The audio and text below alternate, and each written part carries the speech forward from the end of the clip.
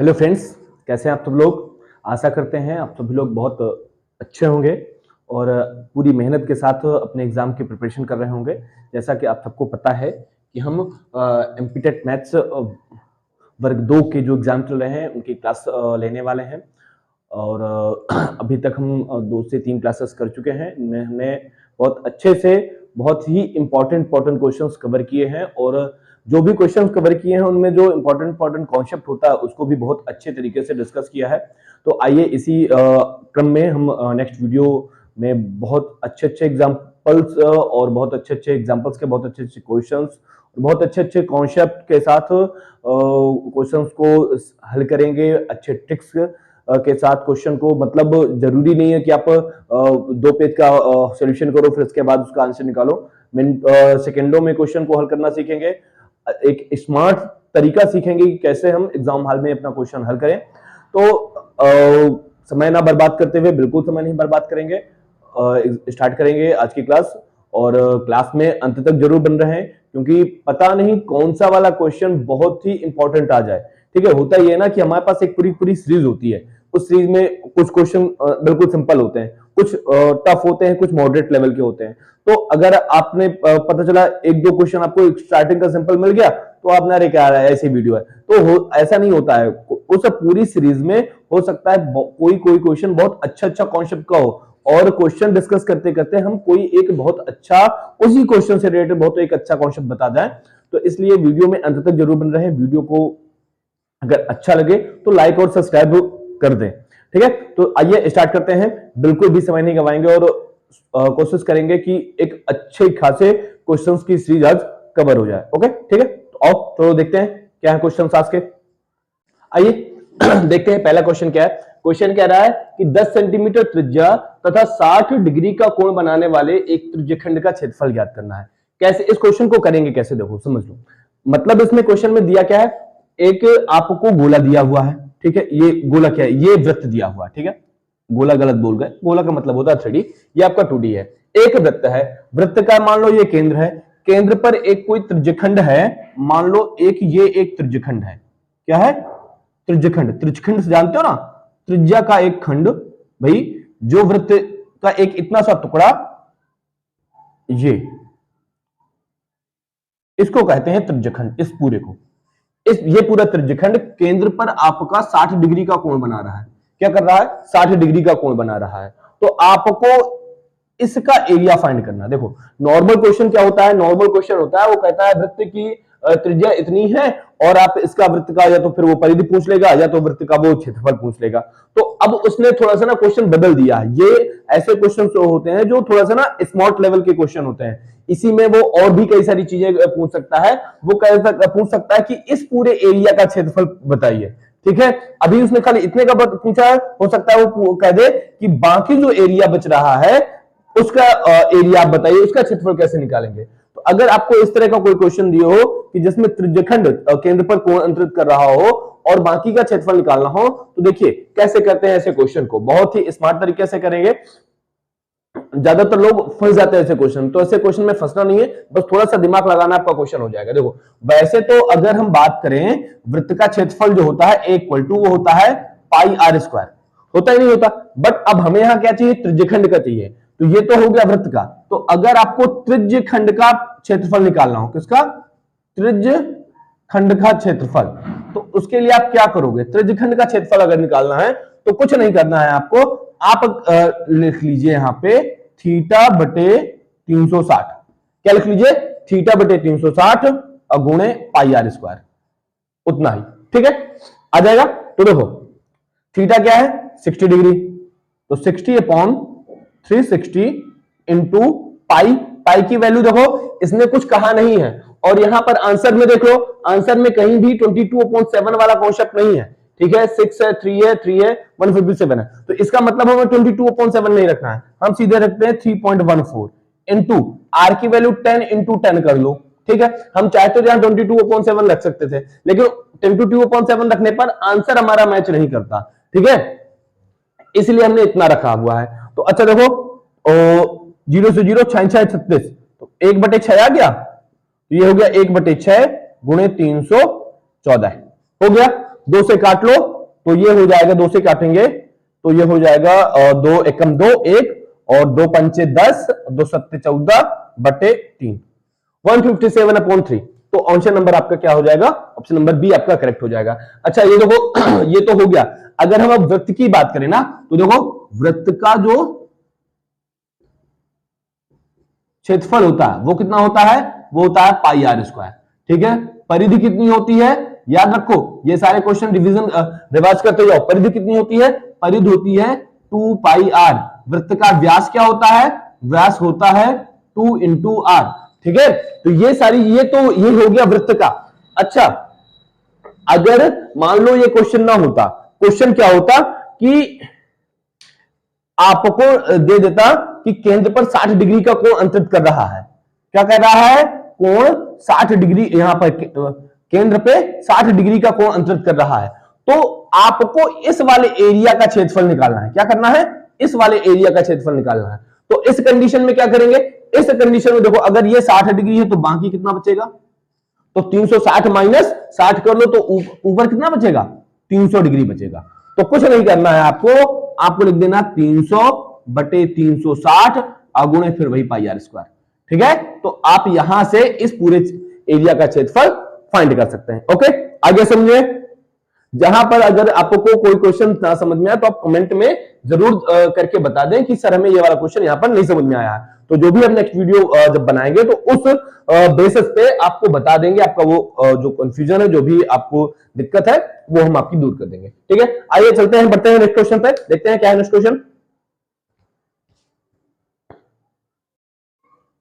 देखिए बहुत ही प्यारा क्वेश्चन है, गिवन है आपको 1/x², ये आपको एक पूरा गिवन है। क्वेश्चन पढ़ लीजिए, 1/x² - 5x + 6 + 1/x² - 7x + 12 - 2/x² - 6x + 8।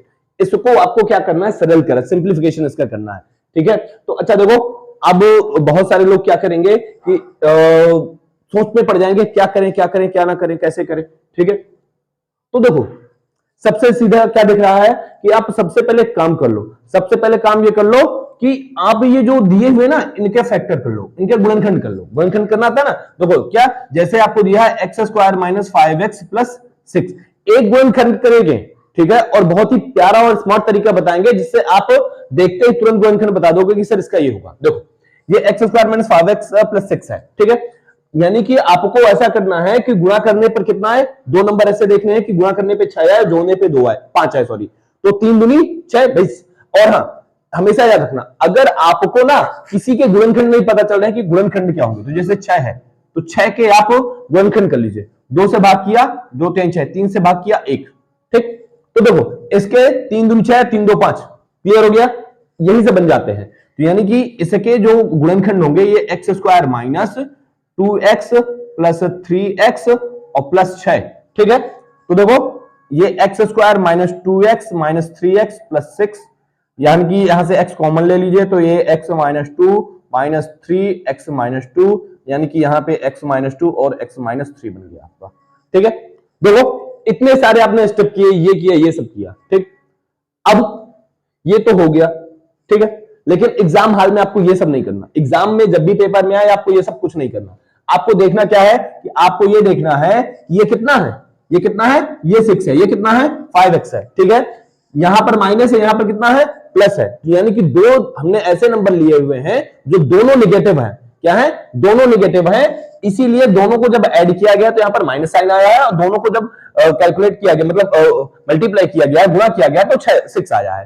ठीक है, यानी कि हमें दो ऐसे नंबर देखने हैं जिनका गुणा करने पर 6 आ जाए और उनको जोड़ने पर क्या आ जाए, 5 आ जाए। और लेकिन दोनों नंबर काहे के होंगे, हमारे माइनस के होंगे। अच्छा एक थोड़ा सा पैटर्न देख लो। पैटर्न क्या है? सेम यहीं पर भी एक पैटर्न है, दोनों यहां पर माइनस है, यहां पर प्लस है, यहां माइनस है, यहां प्लस है। यानी कि हमने तीनों की जगह और दो ऐसे नंबर लिए हुए हैं जो दोनों क्या है, नेगेटिव है, और दोनों अगर नेगेटिव है और उनका मल्टीप्लिकेशन क्या आ रहा है, पॉजिटिव आ रहा है, तो यानी कि इसका अगर अब हम इसको साफ कर रहे हैं, ठीक है, क्योंकि जगह पड़ जाती है कम, यानी कि इसका ये हो जाएंगे, इसके जो गुणनखंड हो जाएंगे ये हो जाएंगे। तो देखो अब हम इन सारे की गुणनखंड बिल्कुल एक लाइन में लिख देंगे। कैसे? इसके गुणनखंड हो गए हमारे x - 2 और x - 3 प्लस।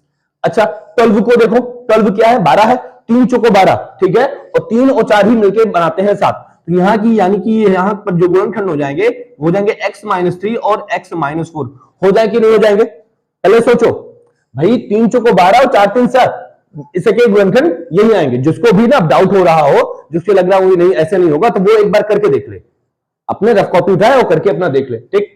फिर -2 अपॉन इसका कितना हो जाएगा? देखो इसका हो जाएगा कितना है? 8 है ना, 8 है, तो 4 दूनी 8 और 4 2 6, तो यानी कि यहां पर हो जाएगा x-4 और x-2, ठीक। इतना क्लियर हो गया। अब जैसे ये क्लियर हो गया ना, तो देखो क्लियर हो गया ना इतना। जैसे ये क्लियर हुआ तो देखो इसका हम एलसीएम ले सकते हैं, एलसीएम। एलसीएम लेंगे तो कितना हो जाएगा? एलसीएम इसका आ जाएगा x-2, x-3 और x-4, ये इसका क्या हो जाएगा? एलसीएम, ठीक। तो देखो x-2 इससे भाग किया, इसमें भाग किया तो x-4 बचेगा, तो ऊपर आ जाएगा आपका x-4 plus x-3 x-4 cancel हो जाएगा इस दोनों से, x-2 बचेगा यहां पे -2, भाई 2 मल्टीप्लाई में तो आएगा ये, x-4 x-2 कैंसिल, x-3 बचा। इतना हो गया। अब देखो, अब हम इसी को करेंगे, 2 का अंदर मल्टीप्लाई करो x से, माइनस का 2x, इस 2 का इस 3 से करो तो देखो माइनस और ये माइनस हो जाएंगे प्लस, तो यानी कि हम इसको कुछ इस तरह लिख सकते हैं, माइनस का 2x और प्लस का 6। लिख सकते हैं नहीं लिख सकते? लिख सकते हैं, बिल्कुल लिख सकते हैं। माइनस का 2x प्लस का x प्लस का x, एक x 2x हो गए प्लस के, और ये 2x हो गए माइनस के, कैंसिल हो गए, तो माइनस का 4 माइनस का 2 प्लस का 6, यानी कि ये सब कैंसिल हो गए। यानी कि ऊपर क्या बना? ऊपर बना 0 और नीचे आपका कुछ भी आए, x-2 x-3 और x-4, तो ये सब मिलकर क्या बन जाएगा? 0। अरे किसी भी संख्या में किसी भी संख्या का अगर आप किससे, जैसे इस तरह लिखा ना 4/0 किया, अरे इसका मतलब यही तो है 0/4। 4 का अगर आप भाग किसी भी संख्या में करते हैं, 0 में करते हैं, तो क्या आएगा आंसर? 0। यानी कि इस पूरी संख्या का भाग अगर आप 0 में करेंगे तो आंसर कितना आएगा? 0, ठीक। और हाँ, हमेशा एक चीज याद रखना, अगर इसी की कंडीशन उलट जाए, जैसे 0/4 है तब तो 0 आएगा, बट अगर 4/0 है ना, तो यहां पर ये इन्फिनिट हो जाएगा। इसको कहते हैं नॉट डिफाइंड। क्या बोलते हैं? नॉट डिफाइंड, और इसी को हिंदी में कहते हैं अपरिभाषित, ठीक है। तो आओ चलो देखते हैं। तो अच्छा हाँ, इसके अकॉर्डिंग ऑप्शन नंबर सी क्या हो जाएगा? करेक्ट आंसर हो जाएगा। चलो देखते हैं नेक्स्ट क्वेश्चन क्या है स्विच कार्ड की।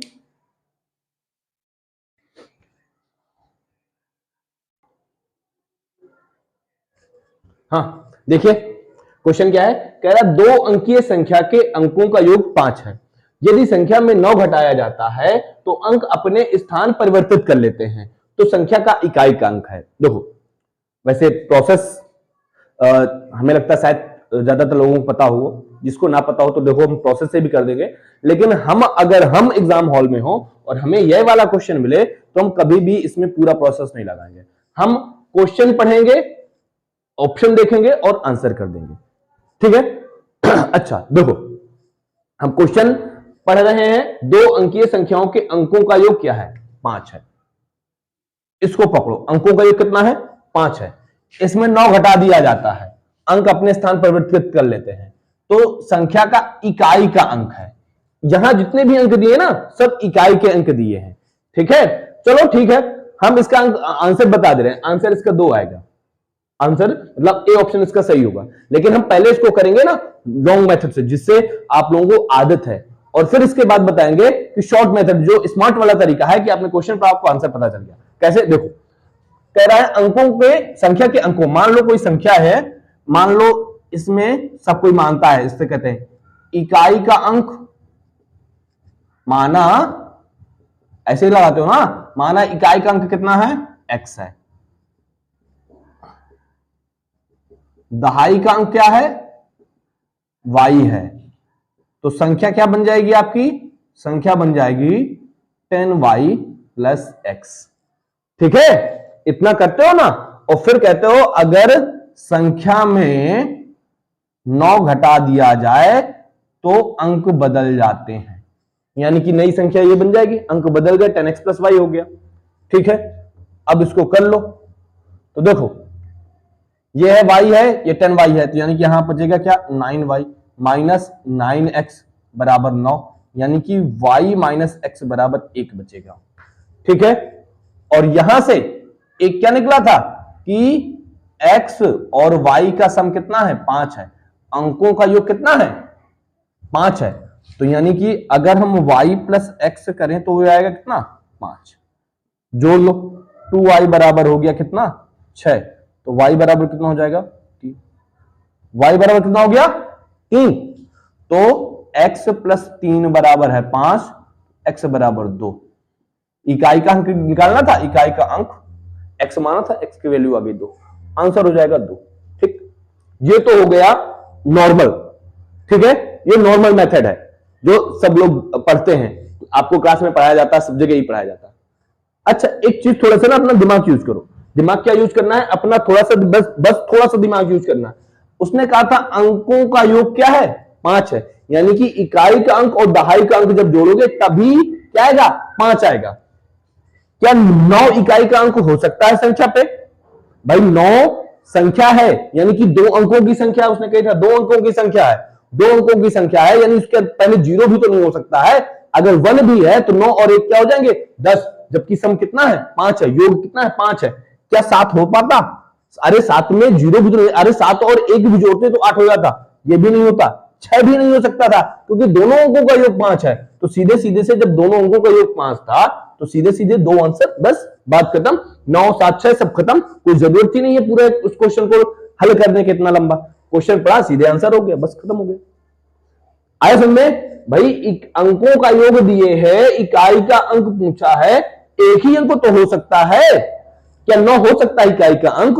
भाई कहां से हो जाएगा, अंकों का योग तो 5 ही है, 9 तो 5 से भी बड़ा है, 7 भी 5 से बड़ा है, 6 भी 5 से बड़ा है, 5 से छोटा क्या? 2। भाई 2 अंकों का योग 5 है तो एक अकेला अंक जो होगा वो 5 से कम ही तो होगा, चाहे दहाई का अंक हो चाहे इकाई का अंक हो, वो दोनों अंक 5 से कम होंगे।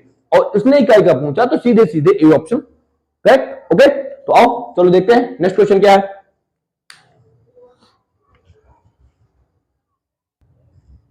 हाँ, तो देखिए क्वेश्चन क्या है, कह रहा है रबर ट्यूब की लंबाई 44 सेंटीमीटर है। अच्छा, रबर ट्यूब का मतलब समझते हो? एक कोई रबर की ट्यूब है जो मुड़ सकती है, मतलब नली समझ लो। जैसे ये, अब ये तो हमारे पास बहुत हार्ड मार्कर है, कोई ऐसा पतला सा होता ना जो बिल्कुल फ्लेक्सिबल हो जाता है, ऐसे मुड़ जाता है। देखिए होगी आपने रबर की पतली पतली वो आती हैं, बिल्कुल नली आती है, ऐसे करके मोड़ दो, ऐसे जोड़ देते हैं, वृत्त बन जाता है। तो वही कह रहा है कि रबर की लंबाई, जो ट्यूब की लंबाई है वो 44 सेंटीमीटर है। ठीक है, यदि इसके 2 छोर एक साथ जोड़ दिया जाए, मतलब घुमा के ऐसे जोड़ दिया जाए, ठीक है, तो ये एक क्या बनाता है, वृत्त बनाता है। ठीक है, मतलब एक ऐसे ये रबर की नली थी, इसको हमने क्या कर दिया, मोड़ दिया, ऐसे क्या कर दिया, मोड़ दिया। तो ये अब बन गई कैसे, अब ये बन गई है कुछ इस तरह की। ठीक है, जब ये कुछ इस तरह की बन गई है तो हमें करना क्या है, तो कह रहा है कि यानी कि ये जो पूरी लंबाई हुई होगी, पहले एक चीज समझना, ये पूरी लंबाई इसके बराबर होगी, यानी कि अगर ये 44 सेंटीमीटर थी तो इसकी ये वाली जो लंबाई होगी ये भी 44 सेंटीमीटर होगी। और इसको हम कहते क्या है, इसको हम कहते हैं परिधि, यानी कि जो वृत्त की परिधि होगी, यानी 2 पाई आर की जो वैल्यू है वो क्या है, 44 है। ठीक है, क्या है वो, 44 है। ठीक, आ गया ना समझ में? हमेशा याद रखना, अगर किसी चीज से कोई चीज मोड़ करके बनाई गई है, चाहे अच्छा, मोड़ के बनाने वाला कॉन्सेप्ट याद रखना बहुत जगह यूज होता है। ठीक है, मोड़ के बनाने वाला कॉन्सेप्ट आपके बेलन में यूज होता है। वो करते क्या है कि एक कहते हैं कि खूब लंबा तार है, इसकी लंबाई इतनी है, और उसको एक उसमें बेलन में लपेटा गया है, तो बताइए वो कितना क्षेत्रफल घेरेगा, या उसका आयतन कितना होगा। तो ये सारी चीजें पूछ लेता है, कितना वेट होगा, तो उस तरह की चीजें पूछता है। यानी कि 2 पाई आर की वैल्यू 44 सेंटीमीटर हो गई, यानी कि अगर, अच्छा अगर हम इसमें देखो 2 पाई आर पता है ना, 2 पाई की वैल्यू 22/7 और इंटू आर। ठीक है, तो देखो 22 दूनी 44, 44 से ये 44 कैंसिल, तो आर बराबर कितना हो गया, 7 हो गया। क्या निकालना था, वृत्त का क्षेत्रफल निकालना था, तो पाई आर स्क्वायर लगा दो, ए बराबर हो जाएगा पाई आर स्क्वायर, यानी 22/7 22/7 इंटू 7 इंटू 7, 7 से 7 कैंसिल कर दिया, 22 सत्ते 154 centimetre square. C option correct हो जाएगा। ओके, तो आइए देखते हैं नेक्स्ट क्वेश्चन क्या है। इसमें और भी कोई कुछ बनता नहीं है, बता चुके हैं परिधि 2πr और वृत्त का क्षेत्रफल बता दिया। अभी पिछले में उसमें बताया था कि वृत्त का व्यास वगैरह सारी चीजें डिस्कस कर चुके हैं। तो देखते हैं नेक्स्ट क्वेश्चन क्या है आपका।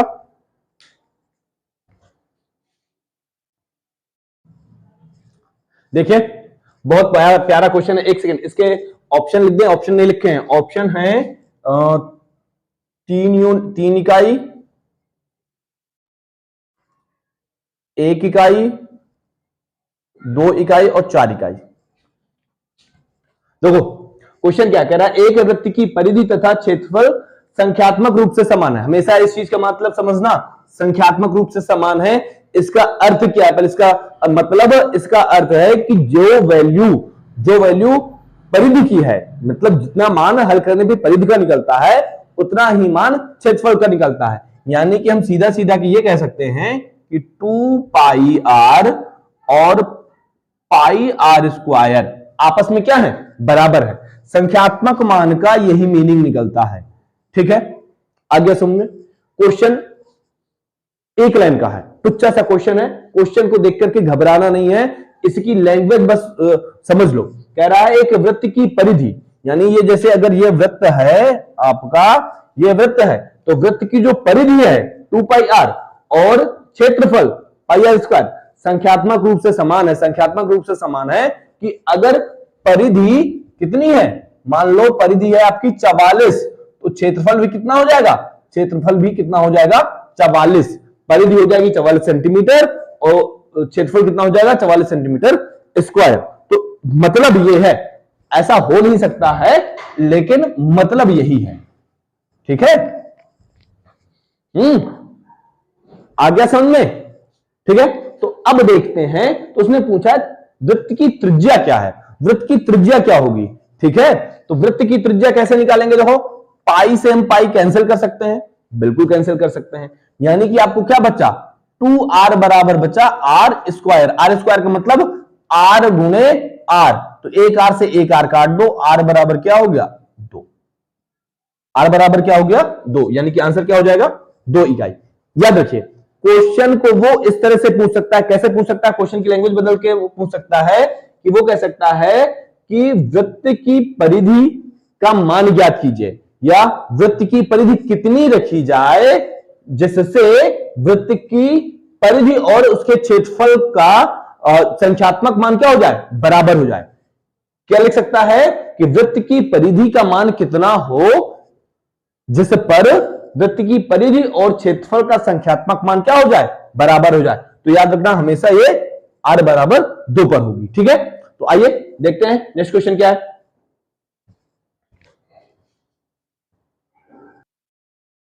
हाँ देखिए, उसने कहा है त्रिभुज, क्वेश्चन क्या है, त्रिभुज के कोणों का अनुपात 2:3:4 में है। ठीक है, तो सबसे छोटे और सबसे बड़े कोण के बीच अंतर ज्ञात करिए।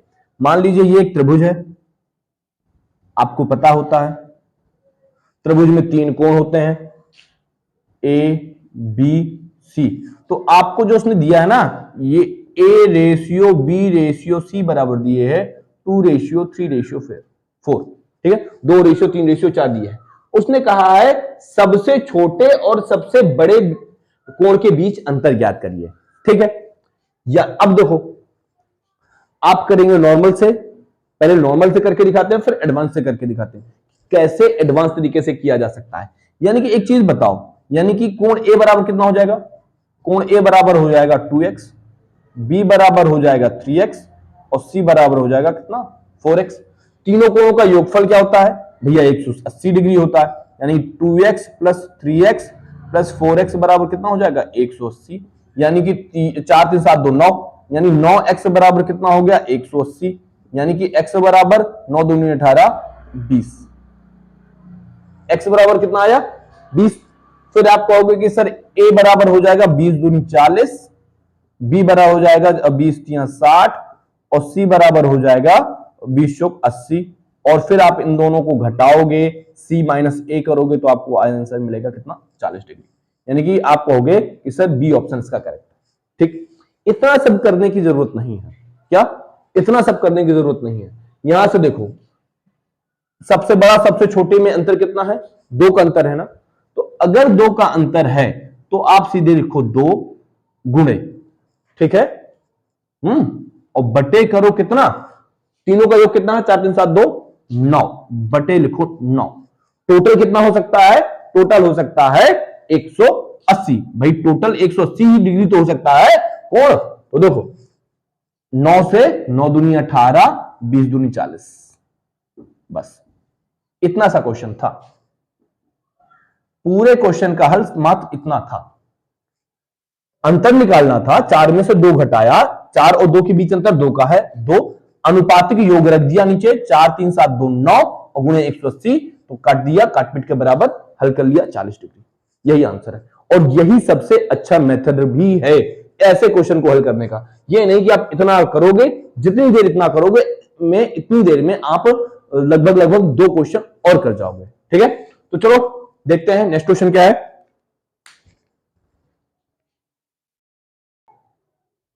हाँ देखिए क्वेश्चन क्या है, यदि एक समखटभुज की भुजा 12 सेंटीमीटर है, ठीक है, अभी तक हमने जो भी पढ़े हैं, हमने पढ़ा आयत पढ़ा, वर्ग पढ़ा है, तो हम समखटभुज यानी कि 6 भुजाएं हैं इसमें, ठीक है, कि एक भुजा 12 सेंटीमीटर, उसका क्षेत्रफल निकालना है।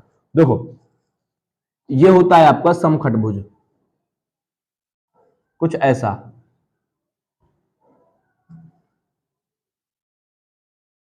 ठीक है, इसकी सभी भुजाएं क्या है, आपस में बराबर है, और एक भुजा कितनी है, 12 सेंटीमीटर की।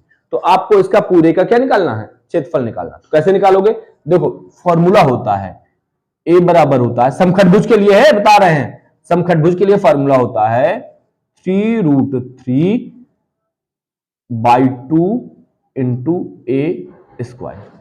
ठीक है, ये फार्मूला होता है, ये बहुत ही मोस्ट इंपॉर्टेंट फार्मूला है, याद रखिए, इसको याद कर लीजिएगा। क्या करना है, इसको याद कर लेना है और इसी में रख देना है, आंसर आपका आ जाएगा। कैसे, देखो 3√3/2, ए क्या है, एक समखटभुज की एक भुजा है, तो 12 गुणे 12, ठीक है।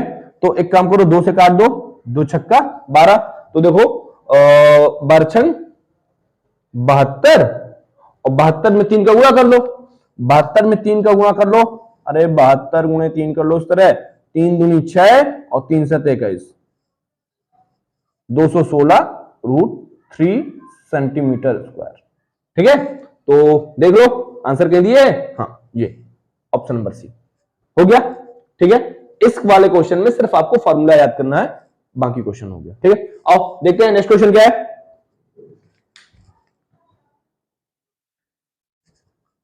क्वेश्चन क्या है, यदि एक लंबवृत्तीय शंकु, लंबवृत्तीय शंकु जानते हैं ना, का पृष्ठीय क्षेत्रफल 12,320 वर्ग सेंटीमीटर है तथा इसके आधार की त्रिज्या 56 सेंटीमीटर है, तो उसकी ऊंचाई ज्ञात करनी है।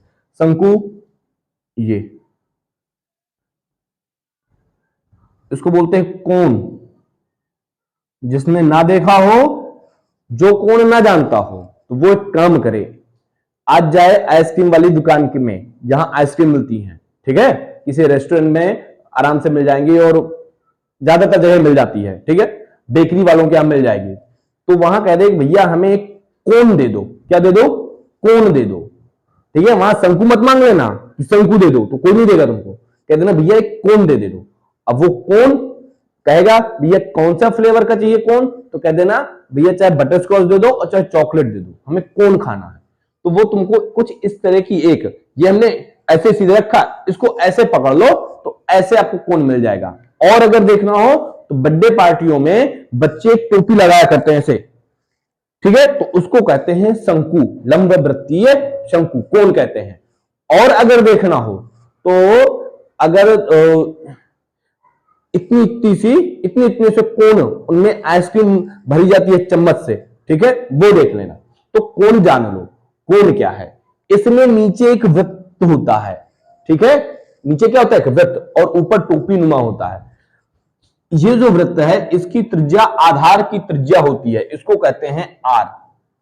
और ये जो सीधी ऊंचाई है इसको कहते हैं कोण की ऊंचाई, और इसको लिखते हैं h, और ये जो है इसको लिखते हैं l, ये होती है तिरछी ऊंचाई। और याद रखना हमेशा यहां पर कुछ ये ऐसे बनता है,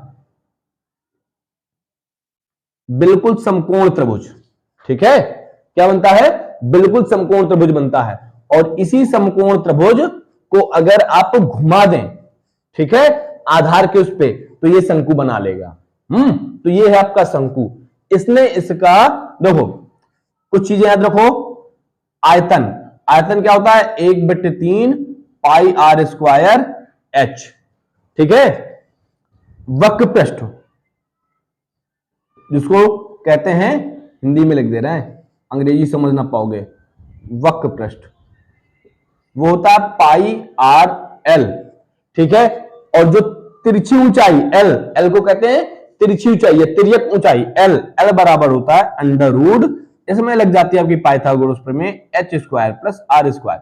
भाई अगर ये आर है, ये एच है, तो क्या निकलेगा, एल बराबर, लगा दो पाइथागोरस थ्योरम, आधार का स्क्वायर प्लस लंब का स्क्वायर बराबर कर्ण का square, H square plus R square. Okay, तो इतने सारे फार्मूले हो गए पहले तो इस चीज के, ठीक है। अब बात करते हैं हम किस पे, क्वेश्चन पे।